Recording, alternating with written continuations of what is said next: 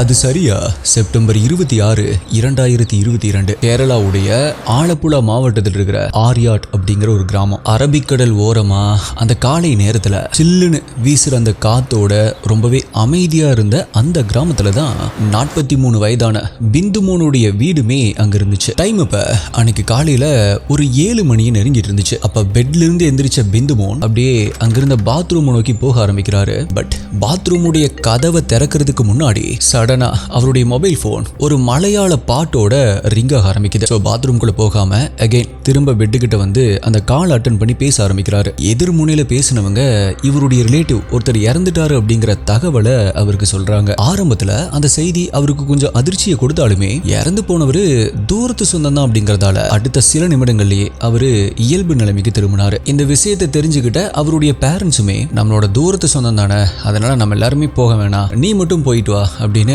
அவர்கிட்ட சொல்றாங்க. சோ பிந்துமோனுமே குளிச்சுட்டு சாப்பிட்டு முடிச்சுட்டு காலையில ஒரு 9 மணி போல வீட்ல இருந்து கிளம்ப ஆரம்பிக்கிறாரு. பட் அப்படி கிளம்பி போன பிந்துமோன் கிட்ட அதுக்கப்புறமா அவருடைய பேரண்ட்ஸால பேசவே முடியல. ஆமா எஸ்டிஐ, பிந்துமோன் போக வேண்டிய அந்த ரிலேட்டிவ்ஸ் உடைய ஊரு அவருடைய வீட்ல இருந்து வெறும் 25 கிலோமீட்டர் தூரத்துல தான் இருந்திருக்கு. அதாவது ஒரு 3/4 மணி நேரத்துல அவர் அங்க போயிருக்கணும். சோ அவர் அந்த ஊருக்கு போய் ரீச் ஆயிட்டாரா அப்படின்னு தெரிஞ்சுக்கிறதுக்காக மத்தியானம் ஒரு 12 மணி போல அவருடைய அம்மா அவருக்கு கால் பண்ணி பாக்குறாங்க. பட் அவருடைய நம்பர் ஸ்விட்ச் ஆஃப் அப்படின்னு வருது.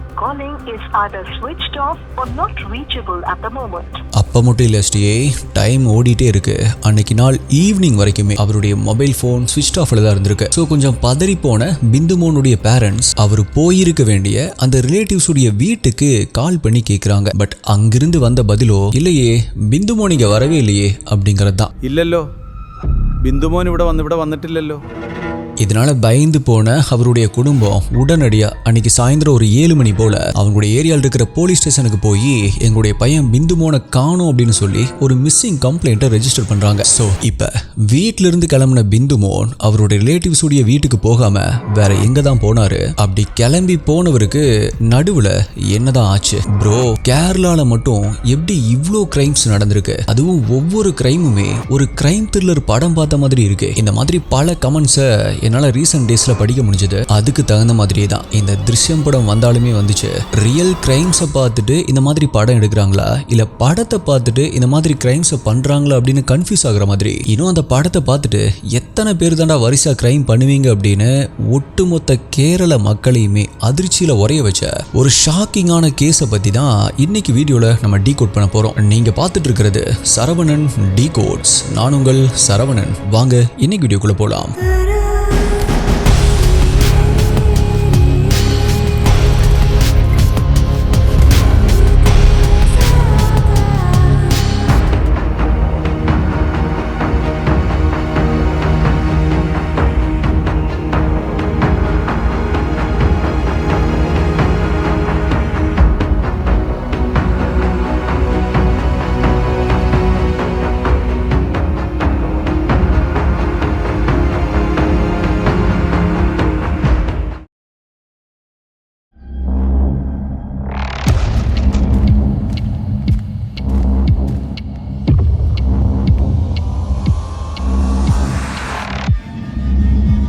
அது சரியா செப்டம்பர் 30, 2022 கேரளாவுடைய கோட்டயம் மாவட்டத்தில் இருக்கிற வக்காத்தனம் அப்படிங்கிற ஒரு கிராமம். அன்னைக்கு நாள் காலை நேரத்துல அந்த ஊருக்கு பக்கத்தில் இருந்த ஒரு ஓடையில 2 யங்ஸ்டர்ஸ் மீன் பிடிச்சிட்டு இருக்காங்க. அப்படி மீன் பிடிச்சிட்டு இருந்த அவங்களுடைய பார்வை கரையோரமா ஒரு மரத்துக்கடியில கீழே அனாதையா நின்றுட்டு இருந்த ஒரு பைக் மேல போகுது. அப்படி மீன் பிடிச்சிட்டு இருந்த 2 பேர்த்துல ஒருத்தன், ஏண்டா இந்த பைக் என்னடா 2-3 நாளா எங்கே நின்றுட்டு இருக்கு அப்படின்னு பக்கத்துல இருந்தவங்கிட்ட கேட்கிறான். அதுக்கு அவனுமே ஆமாடா எனக்கும் அதே சந்தேகமா தான் இருக்கு அப்படின்னு சொல்ல, இப்ப அந்த 2 பேருமே மீன் பிடிக்கிறத அப்படியே நிப்பாட்டிட்டு மெதுவா அந்த பைக்கை நெருங்கி போய் பார்க்க ஆரம்பிக்கிறாங்க. அப்பதான் அவங்க அந்த அதிர்ச்சியான விஷயத்த நோட் பண்றாங்க. 3 நாளா அங்கேயே நிக்கிற அந்த பைக்ல அதோட சாவி அப்படியே அந்த வண்டியிலே தான் இருந்திருக்கு. 3 நாளா இந்த பைக்கை நம்ம பார்த்துட்டு இருக்கோம், ஆனா சாவி வண்டியிலேயே இருக்கிறத நம்ம கவனிக்காம விட்டுட்டோமே அப்படின்னு அப்பதான் அவங்களுக்கு புரிய ஆரம்பிக்குது. ஒரு பைக் 3 நாளா அனாதையா நிக்குது, ஆனா அதை எடுத்துட்டு போகிறதுக்கு யாரும் யாருமே வரல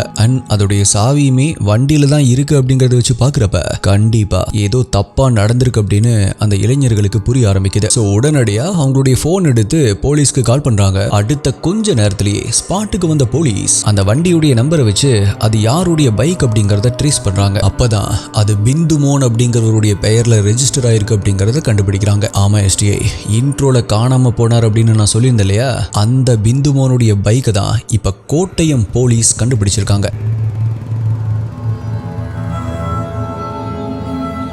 ஸோ இந்த தகவலை உடனடியா பிந்துமோன் இருக்கிற அந்த ஏரியாவுடைய போலீஸ்க்கும் இன்ஃபார்ம் பண்றாங்க. கடந்த 4 நாட்களா பிந்துமோன் அவருடைய வீட்டிலிருந்து போன வழியிலிருந்து அங்கிருந்த சிசிடிவி ஃபுட்டேஜ், செல்போன் சிக்னல்ஸ், கால் ஹிஸ்டரி, அதுக்கப்புறமா அங்கிருந்த பொதுமக்கள் கிட்ட விசாரணை அப்படின்னு எத்தனையோ வழிகளில் தேடியுமே எந்த ஒரு சின்ன க்ளூவும் கூட கிடைக்காம திணறிட்டு இருந்த போலீஸ்க்கு இந்த ஒரு பைக் தான் முதல் லீடா அமைஞ்சது. இப்ப பிந்துமோனுடைய பைக் கிடைச்சதை வச்சுமே போலீஸ்க்கு ஒரு பெரிய சந்தேகம் வந்துச்சு. அதாவது நான் ரிலேட்டிவ் வீட்டுக்கு போறேன் அப்படின்னு சொல்லிட்டு தான் அவர் கிளம்பினாரு. பட் அவர் சொல்லிட்டு போன அந்த ரிலேட்டிவ் உடைய ஊரை தாண்டி இன்னுமே ஒரு 30 கிலோமீட்டர் தூரத்தில் இருக்கிற ஒரு இடத்துல அவருடைய பைக் அனாதையா நின்று இருக்கு. அப்படின்னா ரிலேட்டிவ் உடைய ஊருக்கு போகாம பிந்துமோன் ஏன் இவ்வளவு தூரம் வந்தாரு? வேற யாரை பாக்குறதுக்காக அவர் இங்க வந்தாரு? இது எல்லாத்தையுமே விட முக்கியமான கேள்வி, வண்டியுடைய சாவிய ஏன் அப்படியே பைக்லயே விட்டுட்டு போனாரு? அந்த அளவுக்கு அவருக்கு என்ன அவசரம் இருந்துச்சு? இந்த கேள்விகள் தான் போலீஸோடைய மண்டையை போட்டு கொடைய ஆரம்பிக்குது. இந்த கேள்விகளுக்கான விடையை தேடி பைக் கிடைச்ச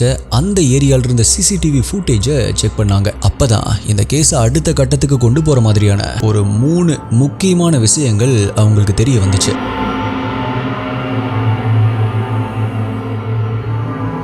முதல் விஷயம், ஊர்ல இருந்து கிளம்புன பிந்துமோனுடைய மொபைல் போன் சிக்னல். ஆக்சுவலா அது அங்கிருந்து ஒரு 35 கிலோமீட்டர் தூரத்தில் இருக்கிற சங்கனசேரி அப்படிங்கிற ஒரு ஊர்ல ஆக்டிவா இருந்திருக்கு. இதை வச்சு அந்த ஏரியால இருந்த சிசிடிவியை செக் பண்ணி பாக்குறாங்க. அதுல பிந்துமோன் தன்னுடைய பைக்ல போறது ரெக்கார்ட் ஆயிருந்திருக்கு. பட் அந்த பைக்ல பிந்துமோன் தனியா போகல. அவருக்கு பின்னாடி 45 வயசு மதிக்கத்தக்க இன்னொரு நபருமே உட்கார்ந்துட்டு போயிருக்காரு. அண்ட் ரெண்டாவது விஷயம், பிந்துமோனுடைய போன் சிக்னல் கடைசியா அந்த சங்கனசேரி டவுனுக்கு பக்கத்தில் இருக்கிற பூவம் அப்படிங்கிற ஒரு ஏரியாவுடைய டவர் ரேஞ்சில தான் ஸ்விட்ச் ஆஃப் ஆயிருக்கு. மூணாவது மற்றும் ரொம்பவே ஷாக்கிங்கான ஒரு விஷயம், அவருடைய பைக் கடைசியா கிடைச்சது இல்லையா அந்த ஓடை பகுதி, அங்கிருந்த சிசிடிவியை செக் பண்றாங்க. அதுல 25 வயசு இருக்கிற ஒரு இளைஞன் தான் அந்த ஓடை பகுதியை நோக்கி அந்த பைக்கை ஓட்டிட்டு போயிருக்கான்.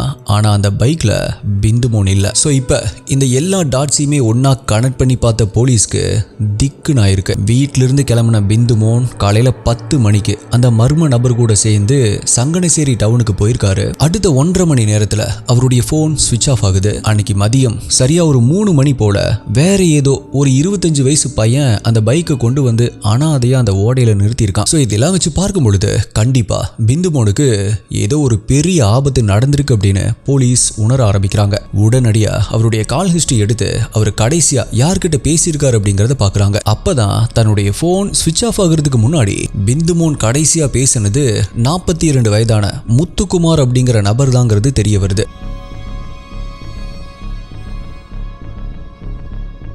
உடனடியா செப்டம்பர் 30ஆம் தேதி அன்னைக்கு சரியா ஒரு 8 மணி போல போலீஸ் அந்த முத்துக்குமாருக்கு கால் பண்றாங்க. ஆப்போசிட்ல ரொம்பவே கேஷுவலா பேசின அவரோ, பிந்துமோனுடைய ஃப்ரெண்ட் தான் சார், அன்னைக்கு காலையில சும்மா கேஷுவலா பேசுறதுக்காக தான் கால் பண்ணேன் அப்படின்னு சொல்றாரு. இதை கேட்ட போலீஸ், அப்படிங்களா, சரி ஓகே, உங்களை கொஞ்சம் விசாரிக்கணும், நீங்க ஒண்ணு பண்ணுங்க, நேரா ஸ்டேஷனுக்கு வந்துடுறீங்களா அப்படின்னு சொல்லி கேட்கறாங்க. முத்துக்குமாரும் சரி ஓகே சார், கொஞ்ச நேரத்தில் நான் வந்துடுறேன் அப்படின்னு சொல்லிட்டு போனை கட் பண்றாரு. பட் ரொம்ப நேரமா வெயிட் பண்ணியுமே முத்துக்குமார் ஸ்டேஷனுக்கு வரவே இல்லை. மறுபடியும் போலீஸ் அவருக்கு கால் பண்ணி பார்க்கறாங்க.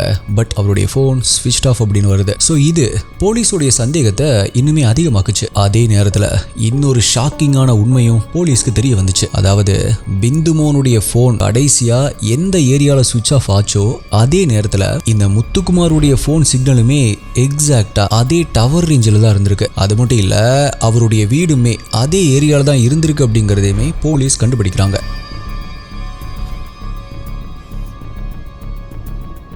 ஸோ கண்டிப்பா இந்த முத்துக்குமார் ஏதோ தப்பு பண்ணியிருக்காரு அப்படின்னு முடிவு பண்ண போலீஸ் அடுத்த நாள் காலையில நேரடியா அவருடைய வீட்டுக்கே போறாங்க. பட் அங்க போய் பார்க்கும் பொழுது வீடு லாக் ஆயிருந்திருக்கு. ஸோ பூட்டி இருக்கிற வீட்டை பிரேக் பண்ணி உள்ள போய் செக் பண்ண ஆரம்பிக்கிறாங்க. பட் அந்த வீட்டுக்குள்ள சந்தேகப்படுற மாதிரி எந்த ஒரு தடயமுமே அவங்களுக்கு கிடைக்கல. அப்பதான் அந்த வீட்டை ஒட்டி ஒரு சின்ன ஷெட்டு மாதிரி இருக்கிறத கவனிக்கிறாங்க. மெதுவா அந்த ஷெட்டுக்குள்ள போய் பார்த்த போலீஸ்க்கு அந்த ஷெட்டுக்கு கீழ் இருந்த தரை கொஞ்சம் வித்தியாசமா தெரிஞ்சிருக்கு. அதை சுத்தி இருக்கிற இடம் எல்லாமே சாதாரணமா இருக்க ஒரு குறிப்பிட்ட இடத்துல மட்டும் சுமார் 3 அடி அகலத்துக்கு புதுசா கான்கிரீட் கலவையை பூசின மாதிரி அங்க தெரிஞ்சிருக்கு. இதை பத்தி பக்கத்துல இருந்தவங்க கிட்ட விசாரிக்கும் போது ஒரு 4-5 நாளைக்கு முன்னாடி தான் சார் முத்துக்குமார் அங்க ஏதோ வேலை பார்த்துட்டு இருந்தான் அப்படின்னு சொல்றாங்க. அவ்வளவுதான், அந்த கான்கிரீட் தரைக்குள்ளதான் ஏதோ மறைஞ்சிருக்கு அப்படிங்கிறது போலீஸ்க்கு தெளிவா புரிய ஆரம்பிச்சது. உடனடியா ஆட்களை கூட்டிட்டு வந்து அந்த புது கான்கிரீட் தரையை உடைக்க ஆரம்பிக்கிறாங்க. அப்படி அந்த தரை உடைய காத்துல ஒரு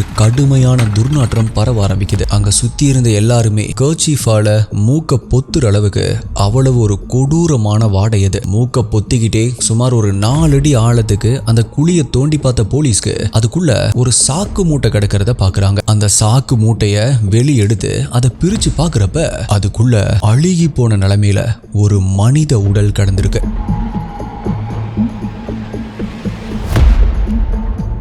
அதை பார்த்த போலீஸ் முட்டையிலே அங்க வேடிக்கை பார்த்துட்டு இருந்த பொதுமக்களுமே அதிர்ச்சியில உறைஞ்சு போறாங்க. கண்டிப்பா முத்துக்குமார் தான் இந்த உடலை இங்க புதைச்சிருக்கணும் அப்படிங்கிறது போலீஸ்க்கு ஊர்ஜிதமாகுது. ஸோ உடனடியா அந்த இறந்த உடலை அட்டாப்சிக்கு அனுப்பிட்டு தலைமறைவா இருந்த முத்துக்குமாரை தீவிரமா தேட ஆரம்பிக்கிறாங்க. இந்த நிலைமையில தான் அக்டோபர் 2ஆம் தேதி காலையில அவனுடைய போன் நம்பர் திடீர்னு ஆன் ஆகுது. அப்படி சிக்னலை ட்ராக் பண்ணி பார்க்கும்போது அதே ஆலப்புழா மாவட்டத்தில் இருக்கிற களவூர் அப்படிங்கிற ஏரியால அது காட்டுது. உடனடியாக அங்க போன போலீஸ் முத்துக்குமார் சுத்தி வளைச்சு அரெஸ்ட் பண்றாங்க. அப்படி அவனை கஸ்டடியில் எடுத்து விசாரிக்கும் போது ஆமா சார், நான் தான் பிந்துமோனை கொலை பண்ணேன் அப்படின்னு அந்த குற்றத்தை ஒத்துக்கிறான். அண்ட் கூடவே எதுக்காக அந்த கொலையை பண்ணா அப்படிங்கிற அந்த காரணத்தையும் சொல்ல ஆரம்பிக்கிறான். அப்படி போலீஸ் கிட்ட அவன் கொடுத்த கன்ஃபெஷன்ல இருந்த விஷயங்கள் இதுதான்.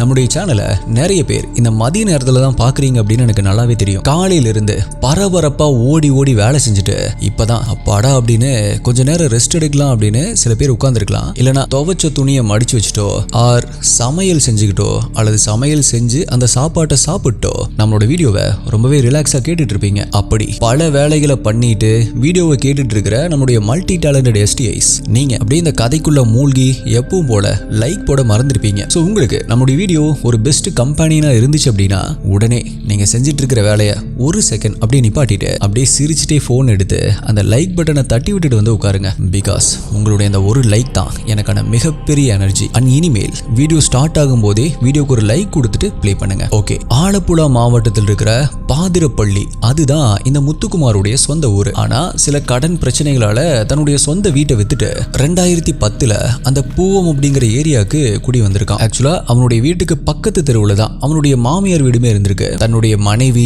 மற்றும் 3 குழந்தைகளோட ஒரு வாடகை வீட்டுல தங்கியிருந்த முத்துக்குமார் தினமுமே கொத்தனார் வேலைக்கு போயிட்டு இருந்திருக்கான். அந்த டைம்ல தான் ரியல் எஸ்டேட் மற்றும் பில்டிங் கான்ட்ராக்ட் வேலை பார்த்துட்டு இருந்த இந்த பிந்துமோனுடைய பழக்கம் அவனுக்கு கிடைக்கிது. பிந்துமோனுமே தனக்கு தெரிஞ்ச இடங்கள் எல்லாம் கொத்தனார் வேலை ஏதாவது இருந்துச்சு அப்படின்னா அதை முத்துக்குமாருக்கு ரெஃபர் பண்ணி ஹெல்ப் பண்ணிருக்காரு. இதனால ஆரம்பத்துல இவங்க 2 பேருக்குமே இடையில ஒரு நல்ல நட்பு உருவாயிருக்கு. அடிக்கடி ஒன்னா சேர்ந்து சரக்கடிக்கிறது, ஊர் சுத்துறது அப்படின்னு அந்த நட்பு நாளுக்கு நாள் வளரவும் செஞ்சிருக்கு. இந்த நெருக்கத்தால பிந்துமோனோ அப்பப்ப முத்துக்குமாருடைய வீட்டுக்கு கேஷுவலா வந்துட்டு போயிருக்காரு. பட் அங்கிருந்து தான் STI ஒரு மிகப்பெரிய பிரச்சனையே உருவாக ஆரம்பிச்சது. முத்துக்குமாருடைய மனசுல சந்தேகம் அப்படிங்கிற ஒரு நெருப்பு மெல்ல மெல்ல புகைய ஆரம்பிச்சது.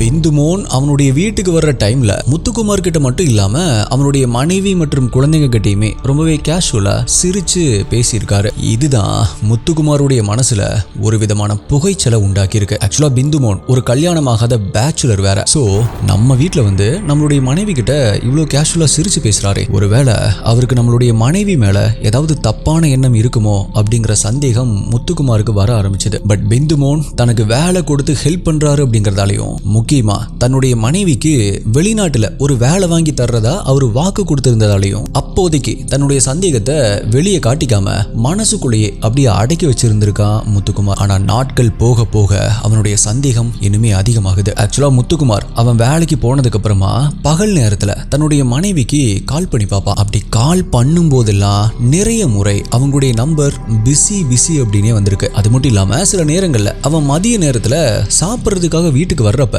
அவனுடைய மனைவி வீட்டுல இல்லாம இருந்திருக்காங்க. உடனே அவங்களுக்கு கால் பண்ணி கேட்டா நான் இங்க பக்கத்தில் இருக்கிற அம்மாவுடைய வீட்டுல தான் இருக்கேன் அப்படின்னு சொல்லியிருக்காங்க. ஆனா முத்துக்குமாருடைய மனசோ அதை ஏத்துக்காம இருந்திருக்கு. ஒருவேளை பிந்து மோன் கூட சேர்ந்து ஊர் சுத்த போயிருப்பாளோ, அதனாலதான் போன் பிஸியா இருந்துச்சோ அப்படின்னு அந்த சந்தேக பேய் அவனை போட்டு கொடைய ஆரம்பிக்குது. இருந்தாலுமே அதையுமே வெளியே காட்டிக்காம பிந்து மோன் கிட்டையும் தன்னுடைய மனைவி கிட்டையுமே ரொம்பவே சகஜமா ஒண்ணுமே தெரியாத மாதிரி நடிச்சிட்டு இருந்திருக்கான் முத்துக்குமார். இப்படி போயிட்டு இருந்த சிச்சுவேஷன்ல தான் 2021 அவனுடைய மனைவிக்கு வெளிநாட்டுல ஒரு வேலை கிடைக்குது. சரி ஓகே, தன்னுடைய மனைவி வெளிநாட்டுக்கு போயிட்டா இந்த பிரச்சனை முடிஞ்சிரும் அப்படின்னு அவன் நினைச்சிருக்கான். பட் அதுக்கப்புறமா தான் அவனுக்குள்ள இருந்த சந்தேக தீ இன்னுமே பெருசா எரிய ஆரம்பிச்சது. காரணம், வெளிநாட்டுக்கு போன தன்னுடைய மனைவிக்கு அவன் கால் பண்ணும் போதெல்லாம் மறுபடியும் அவங்களுடைய நம்பர் பிஸி அப்படின்னு தான் வந்திருக்கு. இது அவனுக்கு ரொம்பவே எரிச்சலை உண்டாக்கியிருக்கு. சரி ஓகே, அவங்களுடைய நம்பர் பிஸியா இருக்கிற அதே டைம்ல பிந்துமோனுடைய நம்பர் பிஸியா இருக்கா அப்படின்னு செக் பண்றதுக்காக அவருக்குமே கால் பண்ணிருக்கான். எக்ஸாக்டா அதே டைம்ல பிந்துமோனுடைய நம்பருமே பிஸியாவே இருந்திருக்கு. இத ஒரு முறை 2 முறை இல்ல, பல முறை அவன் கன்ஃபார்மும் பண்ணியிருக்கான். அண்ட் வெளிநாட்டுல வேலை பார்த்தாலும் 4 மாசத்துக்கு ஒரு முறை அவனுடைய மனைவி லீவுக்கு கேரளா வந்துட்டு போறத வழக்கமா வச்சிருந்திருக்காங்க. அப்படி அவங்க ஊருக்கு வரும்போது எல்லாமே பிந்துமோன் தவறாம அவங்க வீட்டுக்கு வந்து அவங்கள பார்த்துட்டு போயிருக்காரு. அப்படிதான் கடைசியா 2022 மே மாசமும் முத்துக்குமாருடைய மனைவி கேரளாக்கு வந்திருக்காங்க. வழக்கம் போல பிந்து மோனும் அவங்கள பார்க்க வந்திருக்காரு. அந்த டைம்ல அவங்க 2 பேருமே சேர்ந்து ரொம்பவே ஜாலியா சிரிச்சு பேசிட்டு இருந்த அந்த விதம் முத்துக்குமாருடைய சந்தேகத்தை கொழுந்து விட்டு எரிய வச்சிருக்கு. லீவ் முடிஞ்சு அவனுடைய மனைவி மறுபடியும் ஃபாரின் போனதுக்கு அப்புறமா கூட அவங்களும் பிந்து மோனும் தொடர்ந்து போன்ல பேசிட்டு தான் இருக்காங்க அப்படின்னு அவனுக்கு உறுதியா தோண ஆரம்பிக்குது. இப்படியே விட்டோம் அப்படின்னா கண்டிப்பா பிந்து மோன் நம்மளுடைய மனைவிய நம்ம கிட்ட இருந்து நிரந்தரமா பிரிச்சிருவான் அப்படிங்கிற அந்த பயம் ஒரு கட்டத்துல அவனுக்குள்ள ஒரு மிகப்பெரிய கோவமா மாறுது. அந்த கோவம் பிந்துமோனுடைய கதையவே முடிச்சிடணும் அப்படிங்கிற அளவுக்கு அவனை சைக்கோத்தனமா யோசிக்க வைக்குது.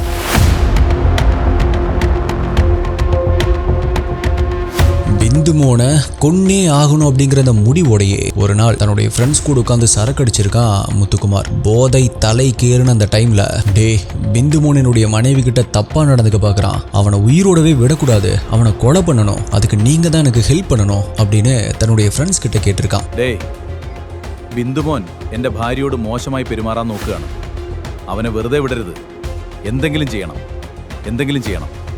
அவங்களுமே போதையில ஒண்ணுமே யோசிக்காம அந்த கொலைக்கு சம்மதிக்கிறானுங்க. அவ்வளவுதான். மலையாளத்துல ரிலீஸ் ஆன திருஷ்யம் மூவில வர்ற மாதிரியே பிந்துமோனை எப்படி கொலை பண்ணி யாருக்குமே தெரியாம எங்க புதைக்கணும் அப்படிங்கிற அந்த கொடூரமான மாஸ்டர் பிளானை அந்த ராத்திரியிலேயே உட்கார்ந்து போட ஆரம்பிக்கிறானுங்க. இப்படி இந்த மாஸ்டர் பிளானை எக்ஸிக்யூட் பண்றதுக்கு ஒரு 2 நாளைக்கு முன்னாடியே வீட்டுல இருக்கிற தன்னுடைய 3 குழந்தைகளுமே கூட்டிட்டு போய் மாமியார் வீட்டுல விட்டுருக்கான் முத்துக்குமார். அதுக்கப்புறமா செப்டம்பர் 25 அன்னைக்கு நைட்டு பிந்துமோனுக்கு கால் பண்ணிருக்கான். நாளைக்கு என்னுடைய ஃப்ரெண்ட்ஸ் 3 பேர் வீட்டுக்கு வராங்க, நாங்க காலையிலேயே சரக்கடிக்க போறோம், நீயும் வந்துரு அப்படின்னு கேஷுவலா கூப்பிட்டுருக்கான். அப்ப தனக்கு வரப்போற ஆபத்து கொஞ்சம் கூட தெரியாத பிந்துமோனும் ரொம்பவே சந்தோஷமா ஓகே சொல்லியிருக்காரு. ஆனா அப்படிதான் அடுத்த நாள் காலையில நம்ம இன்ட்ரோல பார்த்த விஷயங்களும் நடக்க ஆரம்பிக்குது. தன்னுடைய ரிலேட்டிவ் இறந்துட்ட தகவலும் பிந்துமோனுக்கு தெரிய வருது. ஆனா அங்கதான் அவர் ஒரு சின்ன தப்பு பண்றாரு. சரி, முதல்ல முத்துக்குமார் கூட போய் கொஞ்ச நேரம் சரக்கு அடிச்சுட்டு அதுக்கப்புறமா அந்த துக்க வீட்டுக்கு போகலாம் அப்படின்னு அவர் எடுத்த அந்த ஒரு சின்ன முடிவு தான் அவருடைய உயிரையே கொஞ்ச நேரத்துல குடிக்க போகுது அப்படின்னு அப்ப அவருக்கு தெரியாம போயிருச்சு. சங்கனச்சேரி டவுன்ல மது பாட்டில்களை வாங்கிட்டு பிந்துமோன் எப்ப வருவாரு அப்படின்னு அவருக்காக காத்துட்டு இருந்திருக்கான் முத்துக்குமார்.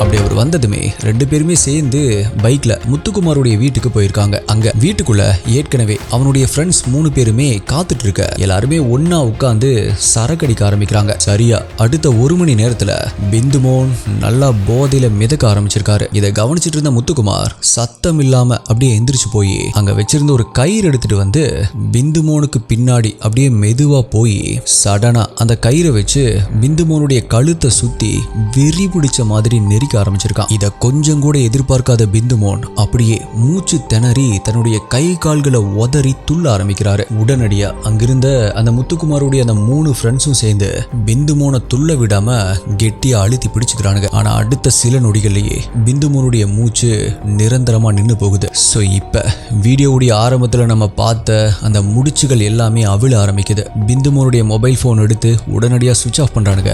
ஏற்கனவே பிளான் பண்ணி வச்ச மாதிரி வீட்டுக்குள்ளேயே அங்க தோண்டி வச்சிருந்த குழிக்குள்ள பிந்துமோனுடைய உடலை ஒரு சாக்கு மூட்டையில வச்சு கட்டி இறக்குறானுங்க. பாதி குழி அளவுக்கு மண்ணை போட்டு மூடுனவனுங்க கடைசியா சிமெண்ட், மணல் மற்றும் ஜல்லிக்கற்களை வாங்கிட்டு வந்து ஒரு கான்கிரீட் கலவையை ரெடி பண்ணி அந்த குழி மேல ஊத்தி நல்லா பூசியும் விட்டுருக்கானுங்க. ஆக்சுவலா அந்த உடலை டிஸ்போஸ் பண்ணும் பொழுது முத்துக்குமார் கூட அவனுடைய ஃப்ரெண்ட்ஸ் 2 பேர் மட்டும் தான் அங்க இருந்திருக்கானுங்க. அப்படின்னா அந்த 3வது ஆள் எங்க போனா அப்படின்னு கேட்டீங்கன்னா அவன் தான் அந்த 25 வயசு இளைஞன். அதாவது பிந்துமோனுடைய பைக் எடுத்துட்டு போய் நம்ம ஆரம்பத்துல பார்த்த அந்த ஓடைக்கு பக்கத்துல அனாதையா அங்க கொண்டு போய் நிறுத்திட்டு வந்தவன். சிசிடிவில போலீஸ் பார்த்த அந்த 3வது டாட் இப்ப இங்க கனெக்ட் ஆகுது.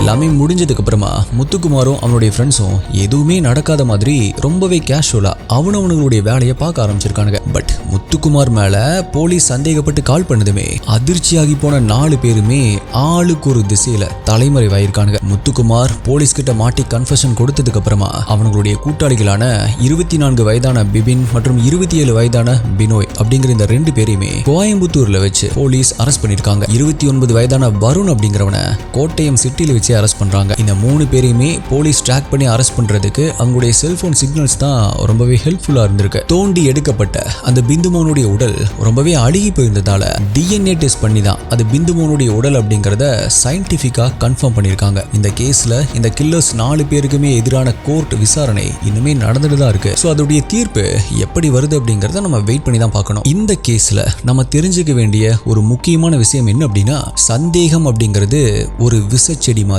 அப்படி அந்த செடி முளைக்கும் போதே உட்கார்ந்து பேசி அதை தீர்த்து கிள்ளி எரியல அப்படின்னா அது முத்துக்குமார் மாதிரி நம்முடைய ஒட்டுமொத்த வாழ்க்கையும் குடும்பத்தையுமே வேரோடு அழிச்சிடும். எந்த ஒரு ரிலேஷன்ஷிப்லயுமே பிரச்சனை வந்தாலுமே ஒண்ணு மனசு விட்டு பேசி அதை தீர்க்கணும், இல்ல அப்படின்னா சட்டப்படி பிடிக்கல அப்படின்னா விலகி போயிடணும். அதை விட்டுட்டு அடுத்தவங்களுடைய உயிரை எடுக்கிற உரிமை கண்டிப்பா யாருக்குமே கிடையாது. சோ இந்த கேஸை பத்தி நீங்க என்ன நினைக்கிறீங்க அப்படிங்கறத மறக்காம கீழே கமெண்ட் பண்ணுங்க. ஆல்சோ அடுத்தது என்ன கேஸ் வேணும், ஏதாவது ஒரு டிஃப்ரெண்டான யூனிக்கான கேஸ் உங்களுக்கு தெரியும் அப்படின்னாலும் அதை கீழே கமெண்ட் பண்ணுங்க. 1 அல்லது 2 வாரத்துல நம்மளுடைய சேனல் ஸ்டைல்ல அது ரொம்பவே டீப்பா ரிசர்ச் பண்ணி ஒரு த்ரில்லிங் நரேட்டிவ்ல நான் உங்களுக்கு பிரசன்ட் பண்றேன். அண்ட் இந்த வீடியோல பண்ற உங்களுடைய பெஸ்டான கமெண்ட் அடுத்த வீடியோல வரும். வேற ஒரு வீடியோல மீட் பண்றேன்.